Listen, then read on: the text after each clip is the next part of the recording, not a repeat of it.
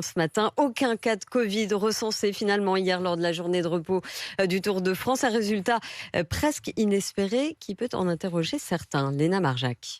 Guillaume Martin de chez Cofidis a été contraint d'abandonner dimanche dernier, touché par le Covid. Alors voir qu'aucun autre coureur n'a été contaminé l'étonne un peu. Statistiquement, ça semble un peu étonnant. Par exemple, il n'y ait aucun test positif. J'ai certainement pas envie non plus de me lancer dans des théories complotistes nourries par mon ressenti naturel du fait d'être à la maison alors que j'aurais très envie d'être sur le tour. Lors des étapes, pas de masque pour les spectateurs en bord de route, ni de distanciation avec les cyclistes. David Gaudu de la FDJ est 5e au général, aimerait que l'on durcisse les règles sanitaires. Ce serait bien pour le bien des coureurs qu'on retrouve une bulle sanitaire au final, que tout le monde remette le masque, qu'on réduise au maximum les grands risques. Quand d'autres comme Benoît Cosnefroy d'AG2R pensent qu'il est temps de vivre avec dans le peloton. Il faut justement pas remettre plus de contraintes, plutôt lâcher. Le monde en général en a moins de contraintes, du coup on serait les seuls à être isolés. En plus c'est pas du tout l'essence même de notre sport de ne pas être accessible. Alors face au risque de contamination au Covid, la plupart des équipes vont continuer de tester leurs coureurs et leur staff régulièrement.